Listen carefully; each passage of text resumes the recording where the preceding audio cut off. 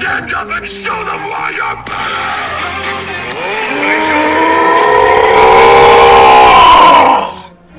Fuck is up, gamers? It's your boy The Goods, and we are back for episode number 23 of Phoenix Wright Ace Attorney Trials and Tribulations. In the last episode, you guys, we did something. And I could not possibly tell you what that was. Because that was yesterday, and today's today. Forgive me for being a little out of breath. I was so busy being a cool guy and, like, boxing. I was. But I wasn't cool, I was, like, watching, like, anime edits and shit. During said process. Can't believe it's been 6 months since I was last allowed to work in court. And now here I am, back at the Old Bailey.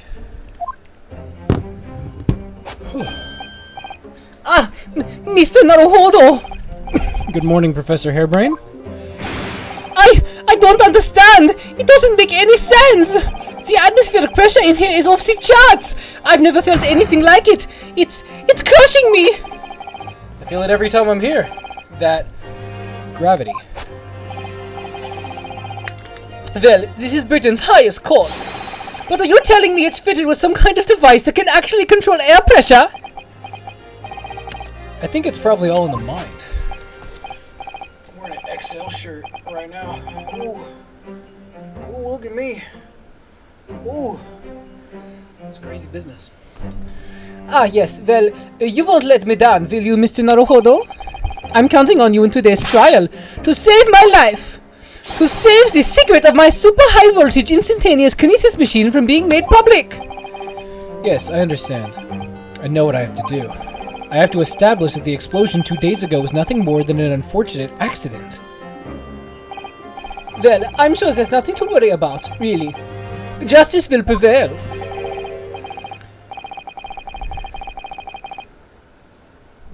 Wish I had any idea who that was. I'm not reading it if you're not gonna tell me who it is. Mr. Sholmes, I didn't expect to see you here. That was very mean, Renault, leaving me at home with Hurley. It took me at least an hour to wake him. At least this way he actually gets woken the fuck up. Is it? Are you? Sherlock Sholmes? I can't scream. Can't scream with that accent. Indeed I am. I am he. Sherlock Sholmes. Oh, I've heard all about your exploits, even while living in Germany. Oh yes, Rand's magazine is on sale in Germany too. This month's installment was sublime. Your deduction in The Adventure of Silver Blaze was wonderful. Oh yes, a memorable case indeed. It concerned a snake, I seem to recall. No, that was the Speckled Band. Well, thank you for coming. I do appreciate your support. I'm sorry to disappoint you, my dear fellow, but I'm afraid I can't stay. Oh. I've urgent business at Madame Spell's. You mean your waxwork job? No, the waxwork abduction, of course. Madame has engaged my services. Ah, so you're trying to get to the bottom of that ransom note, are you? The week's wages depend on it, as does the safe return of the waxwork, naturally. As such, I intend to give it my undivided attention. Oh, well, never mind then. I understand. Of course, with my skills of observation and reasoning, resolving the matter will be as easy as proverbial pie. I shall return forthwith. For until I solve the case, I shall have no money to afford a pie of any description. Oh, then you must absolutely give it your full attention, Hurley. I am 10 after all, I can't go get a job. Quite, Iris, quite. But life is riddled with irony, you know. Whenever I give something my full attention, I have a quite insatiable desire for a pie. One of the universe's intractable mysteries, you might say. Oh yes, quite, definitely, absolutely. I totally understand. Is someone a little starstruck? I wish you the best of luck, Professor Hairbrain. Jesus. Oh, I thank you. Before I depart, Mr. Naruhodo, a word in your ear, if you please. What's this about? As you've remarkably little grounding in science, I feel I ought to inform you As compelling as this super high voltage instantaneous kinesis hypothesis may be, a practical implementation, such as was attempted by the professor at the Great Exhibition, is quite impossible. But the professor said the demonstration was a success. Yes, it would appear that he fervently believes it was. I read Professor Bunnybrain's paper about it too, Runo, and I have to say, I'm sure it can't be done. It could barely be done theoretically, let alone practically. So he's completely barking up the wrong tree? But how can an experiment that had no possibility of succeeding in fact succeed? It's contradictory. And it's that contradiction that will be the heart of this trial, I've no doubt. What's that supposed to mean? So we have to figure out fucking spontaneous kinesis or whatever? Or instantaneous kinesis? Now I must hurry along. I wish you the best of luck, my dear fellow. See you later, Hurley. Oh, she's staying with us. Okay, cool. I was gonna say, I was like, I don't want to be alone. Well, it looks like you're on your own today. Ow! But chin up, you can do it. Oh, what about you, Iris? Oh no, I'm afraid I can't help. I have something I need to do. You're 10. What could you possibly need to do? I see. It's going to be a big surprise for you when you find out what it is. That sounds ominous. Counsel for the defense and the defendant. Court is about to be in session. Make your way into the courtroom at once. We're on our way. Oh, we get to see who the jurors are. Maybe it's different jurors. An experiment that the laws of science say can't possibly succeed. And a scientist who's convinced that it did. That's the riddle you have to unlock here, Ryunosuke. That's the key to this case. The answer's simple. It disassembled him and then couldn't put him back together alive. Because you killed him. You know what I mean? Like, if you stab a guy in the heart and then just fix the heart, he doesn't just come back to life. He's dead. It is different jurors. In the name of Her Majesty the Queen, I hereby declare this court to be in session. We are sitting today for the public trial of Professor Albert Harebrain. I now call upon the counsels for the prosecution and defense to declare their willingness to proceed. The prosecution is ready. The defense is ready, my lord.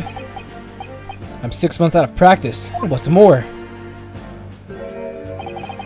I'm without Susato-san today.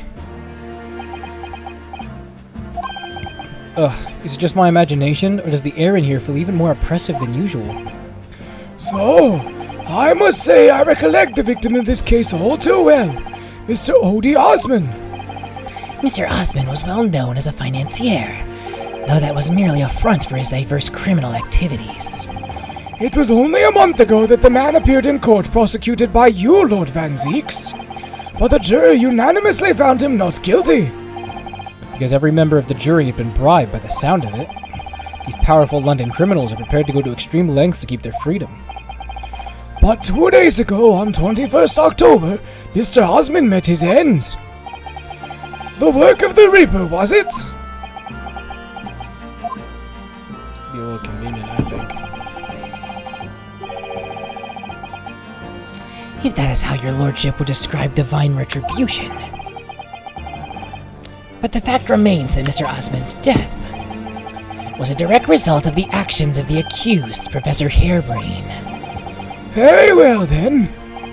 Now, ladies and gentlemen of the jury, you have been selected at random to represent the will of the people. Are the 6 of you ready to fulfill your societal duty? Jesus fucking Christ, who is that? I'm most gratified to have been selected to carry out this important civic duty, my lord. To have a man's fate in the palm of one's hand? Oh gosh, oh golly, it sends shivers down my spine. Science experiments, magic, conjuring tricks, cartoon trials, are nothing more than performances! Any spurious scholar that defiles the reputation of science deserves to hang! Is that a child? Oh, we have listened to what's on both sides' defense and, set a little one. That's it, isn't it? I really put his ass to sleep. Well, this is more right. It was not this at all. That's The police killer Otter Mole look-alike again. And he's as exhausted as ever, it seems. Jesus Christ. I don't like this jury.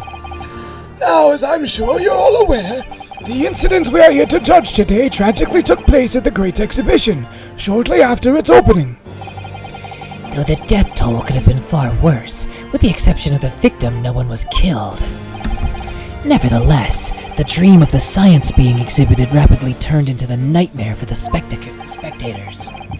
A tragic turn of events, and as such, the eyes of all London, no, the whole world will be on this trial. It is our duty to reach a swift and just conclusion, I feel. So, opening statement please, Lord Van Zieks. Jesus. At the heart of this incident is technology never before demonstrated anywhere in the world. One of science's latest developments, I take it. The government is keen to capitalize on the Great Exhibition to prove Britain's technological advantage. The technology being demonstrated by the accused was described as super high voltage instantaneous kinesis. Good lord! It's designed to disassemble human subjects using extremely high voltage electricity, and beam them instantly to another location where they are subsequently reassembled. Is such a thing even within the realms of possibility? Well, I believe it, that's for sure. Disassembling people with electricity? My goodness, how shocking. I forgot what voice I gave him. Ah, the whole idea is that the hypothesis would never stand up to scrutiny. Sir, I believe you're a fellow of the Royal Society, are you not? An expert in your field? I am, and my word on the matter can be considered final. Instantaneous kinesis is poppycock. This expert and Mr. Sholmes are in agreement. It's impossible. What is the prosecution's view on the matter? The prosecution would assert that the accused's instantaneous kinesis demonstration was a success. What? What? Order! The professor's hypothesis is currently under investigation by the British government. If it is deemed to have merit, a substantial research grant would be made available. The accused made use of the invention built on his new hypothesis to take Mr. Osmond's life, in order to be the sole benefactor of the grant. But... This disastrous demonstration was no accident. It was carefully designed from the outset to end the life of the victim. That's freaky deaky, bro. Thank you, Lord Van Zieks. The prosecution's stance is clear. But you will now bring forth witnesses to substantiate your claims. Gladly, my lord.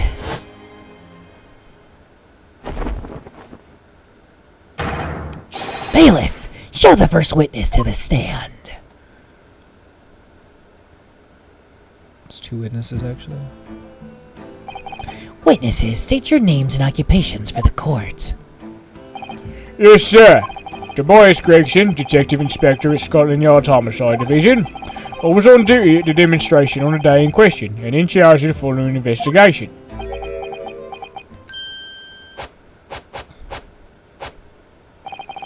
Albert Hebron, scientist! You were born in England, but have been carrying out research in Germany in recent years, correct? Yes, that's right. After graduating from university here in Britain, I went to work in Germany and made an amazing discovery. Which is what brought me back. I had to demonstrate my incredible hypothesis at the Great Exhibition. What you demonstrated was incredible, alright. An incredible explosion. But the science was a success. The instantaneous kinesis worked. Everyone saw it. They must have done. Yes, there was a terrible accident, but the demonstration of my hypothesis was a success. Well, that much is undeniable. It's shown in this photograph taken by the forensic investigation team. This was taken inside the Crystal Tower, I take it. The centerpiece of the exhibition, no less. Well, that's right, my lord. Seems the victim rammed straight into it. He got blown up by the fucking explosion. Shut up. I see. Very well. Submit the photograph as evidence. As the court said, the victim of the incident was Mr. Odie Osman. There have been a number of allegations made against the man, but putting them aside for the time being, he was the man who financed the research for the experiment and the demonstration itself. I see. So to summarize the situation, the defendant is accused of taking the life of the man who funded his work. Would that be correct? Exactly. But couldn't it be that the explosion was caused by some malfunction in the apparatus used for the demonstration? That's right, that must be it! My splendid machine! My poor splendid machine! You shot yesterday, didn't you? We can't even examine the records thanks to the Special Dispensation for Scientific Equipment Act. What? The wreckage? The wreckage? With that being the case, how can the facts be established? How can it possibly be determined whether this was an accident or a deliberate and malicious act? Extremely simply, my lord. I beg your pardon? Isn't that right, witness? What? Sorry, me? No, your neighbor. Yes, sir. It was murder, plain and simple. Anyone can say that with complete certainty. What? How can you possibly think that? Thank you, Inspector. I think we'd better proceed to formal testimony. You will explain to the court on what grounds you claim this experiment to have been a front for murder.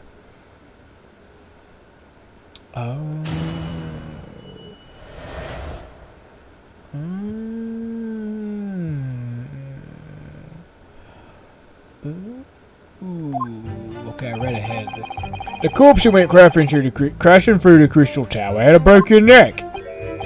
I made a minor miscalculation in the angle of the beam projection, that's all, that was my mistake!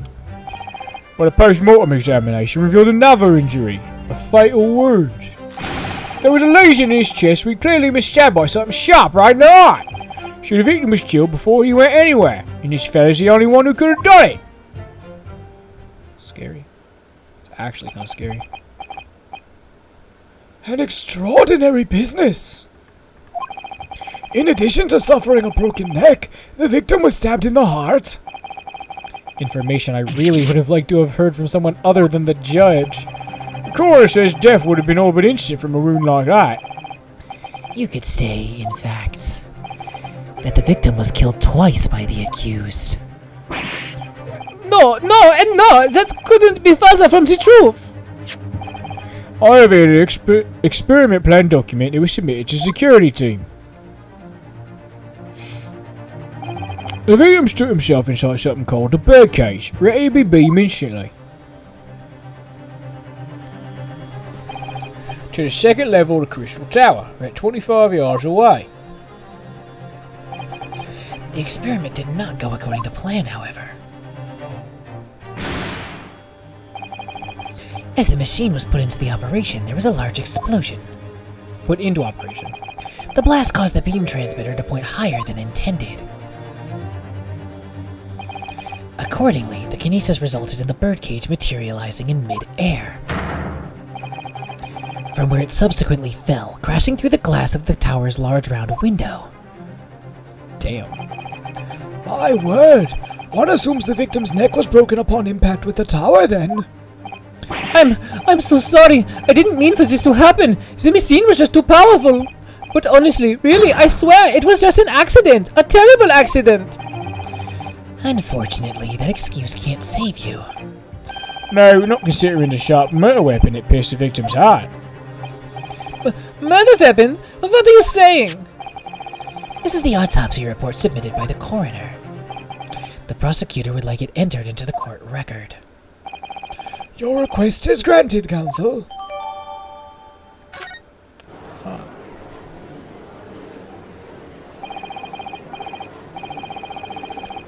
I was there in person, you know. I saw the whole ludicrous performance, and the only other person on the stage with Mr. Asby was that disgraceful excuse for a scientist. Then really, by all accounts, it must have been him.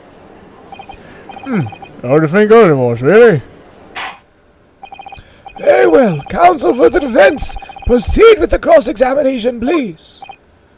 Oh, yes, my lord. I need to focus here. It's been a while. Yeah, for you. Not for me, clown boy. So I know that I need to press statement 4.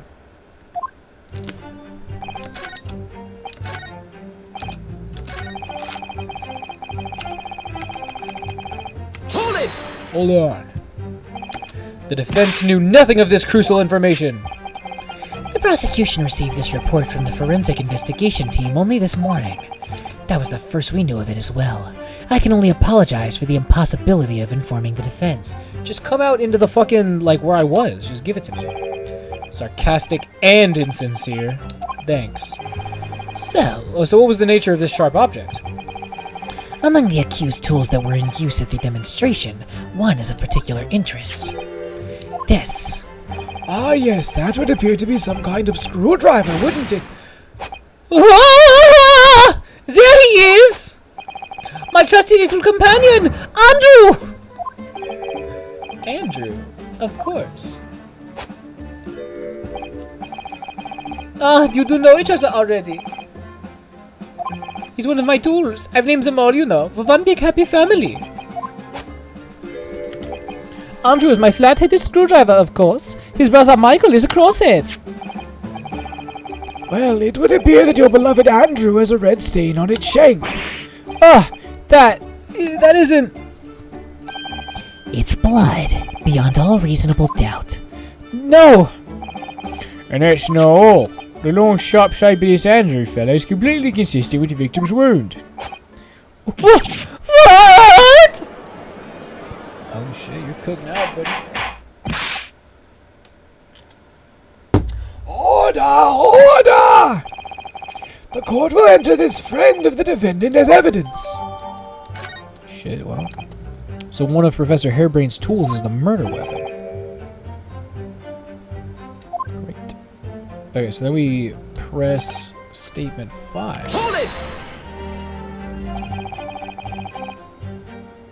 What grounds do you have for saying whatever you said? Ah, you really need to ask. There were only 2 people on that public experimentation stage in front of the whole crowd. The victim, Mr. Odie Osmond, and the accused, Professor Hairbrain. And we know for certain that before the experiment, the victim was alive. That's right, I saw him with my own eyes. Furthermore, following the explosion and kinesis, nobody went anywhere near the body. In other words, Excuse me. What the fuck are you on about, buddy? Professor Hairbrain, do you have some information that may be relevant here? Professor! Ah, sorry. I was just calculating the optimum coefficient of electrolysis to separate molecules in the human body. And the witness stand is the best place for that. Plus, didn't you already do that? Because that's your experiment, stupid? I thought you seemed as though it seemed as though you had something you wanted to say about Inspector Gregson's last remark. Yes, that's right, of course! He just said that nobody else could have done it, didn't he? yeah, that's right. Who else could have stabbed the victim, eh? I don't know, but there's no way that I could have possibly stabbed Mr. Asman, as you say. Yeah? Explain, please, Professor. Of course, this cold-hearted policeman may not be aware, I suppose. But humans are warm-blooded mammals with blood running continuously through their veins. I lad. Then surely you see, if I'd plunged something the size of Andrew into the man's chest, the whole stage would have been a bloodbath, not a blood swimming pool. But thousands of Londoners were watching me at the time, and yet no one claims to have seen a swimming pool of blood. Well, no, I suppose not. You see? Not one! True, I didn't see anything like that. Well done, Professor. That was a great counter-argument. Yeah, that's a good point. You would have fucking seen him because he was in front of everybody. Order! Order!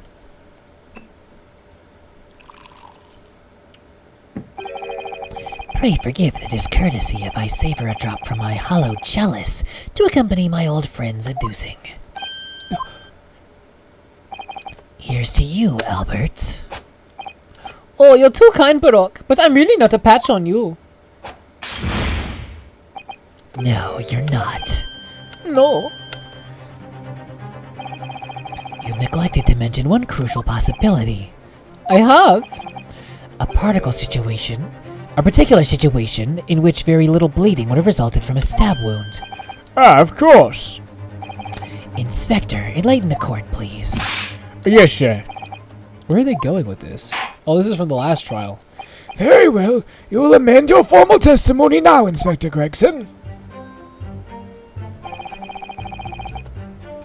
Okay.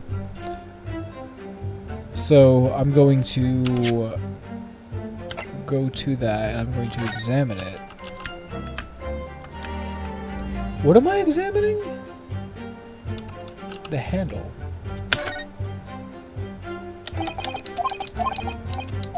And then we make a note of that. Yeah. And then I can present it. You say that while the weapon remains in the body, there's very little bleeding. Is that unequivocal? Look, there was no blood on the experimentation stage, even though that's where the fellow was stabbed. The only explanation for that is if the screwdriver was still in his body, stopping any heavy bleeding. It's common medical knowledge, my learned friend, even on your side of the world. Yes, but about this screwdriver. The thing is, we actually saw it at the scene ourselves, on the experimentation stage. What? It was on the floor by the wreckage of the machine, poking through a metal grill. I went to pick it up, but the detective here stopped me. Isn't that right, Inspector Gregson? Ah, well, now that you come to mention it, yes. Inspector, are we to understand that you permitted the defense counsel to investigate? That you can contravene the Special Dispensation for Scientific Equipment Act? No, not at all. I wouldn't do that. I just let him look, nothing more. I was very clear he wasn't to touch a thing. Yeah, that's true. The screwdriver was in plain sight on the stage. But it shouldn't have been, should it? What are you getting at? If this tool had still been in the victim's body when the victim was beamed away by the machine, then it shouldn't have still been on the stage. Ah! That's right. It should have been beamed across to the Crystal Tower along with Mr. Osmond.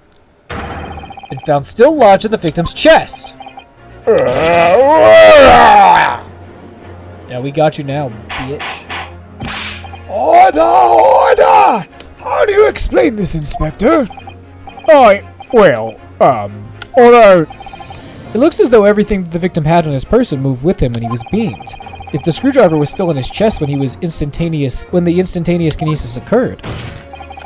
Obviously, that should have been beamed to the destination as well. You... This is a strange situation.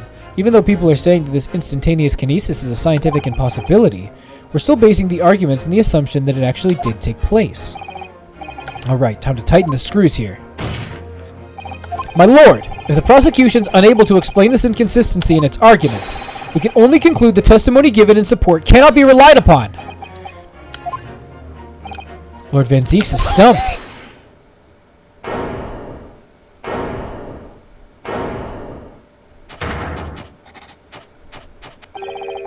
Do you have something to say, witness? Yes, I knew it! It bears out the equation whole! Mr. Naruto, don't worry!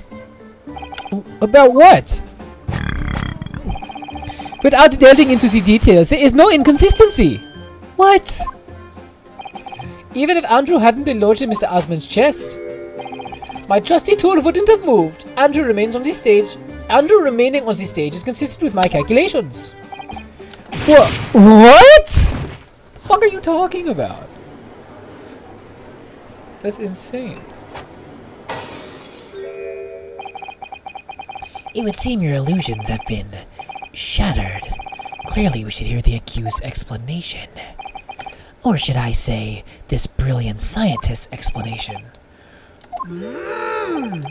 Just when I'd found an inconsistency in the prosecution's argument.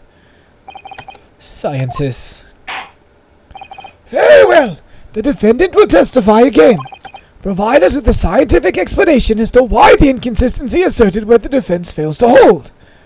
Alright, let me go ahead and save the game just because we're about at the end of the episode. Thank you so much for watching. I will see you next time where we find out the answer to said question. But for now, I'm going to get the fuck up out. Bye-bye!